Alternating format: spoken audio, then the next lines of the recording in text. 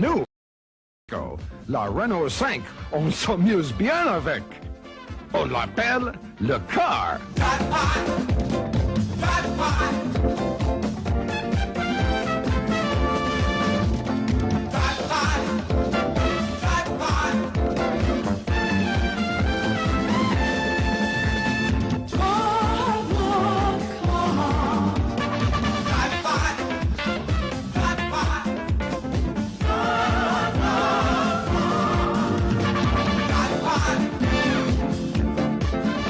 En France, les Renault 5 sont plus sages.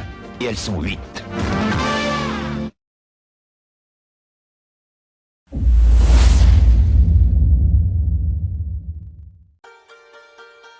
As the car is rare to find on the streets, I had to search online for people who were selling theirs. Fortunately, I found a few.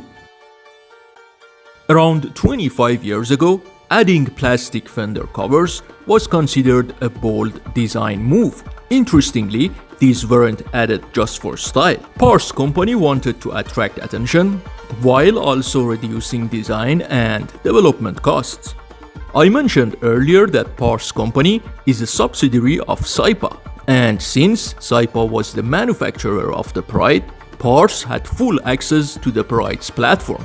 Naturally, their engineers made the most of the opportunity, so they borrowed many parts and components from the Kia Pride. Among them were the engine, the axle, and several connected parts. But after assembling everything, they ran into a problem. The front axle was longer than needed, causing the wheels to stick out beyond the fenders. Their solution? Add plastic covers to hide the design flaw. When I tried to pop the hood open, I didn't realize it opened the other way around. The owner looked right into my soul, as if saying, "You don't know shit, do you?" The classic Renault 5 used a vertically mounted engine, but Porsche car company installed it horizontally.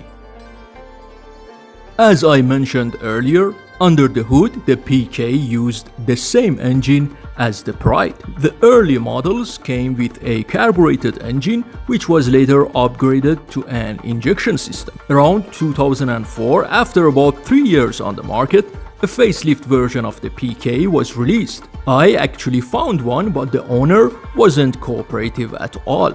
He didn't want to bring the car out, so we couldn't go for a ride. I couldn't even start the engine because the battery wasn't connected. Judging by how he was acting, I guess he will probably sell the car in the next 5 years. Anyway, the 2004 facelift changed the front and rear lights, removed the plastic fender covers, and instead reshaped the fenders with a cleaner curve. Overall, the car looked more refined.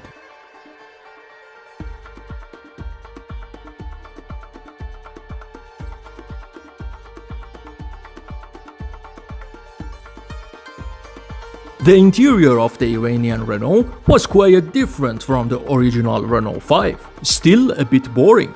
But in fairness, compared to its main competitor, the Pride, you couldn't complain much.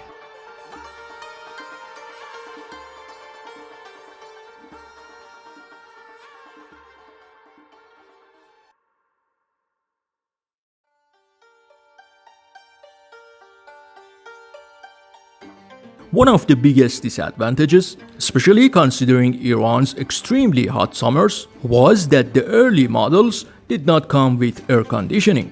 The company added this feature later on.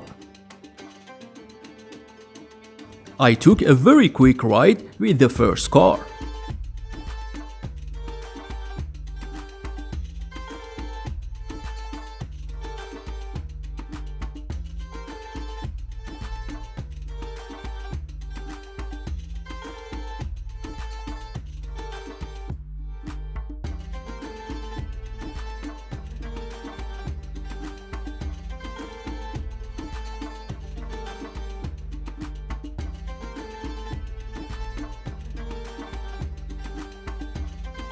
Iran has always had a very dynamic car enthusiast community, from Pride and 405 groups filled with experienced drivers and car collectors to fans of classic American and German machines. The Renault 5 was one of the cars that really captured their attention.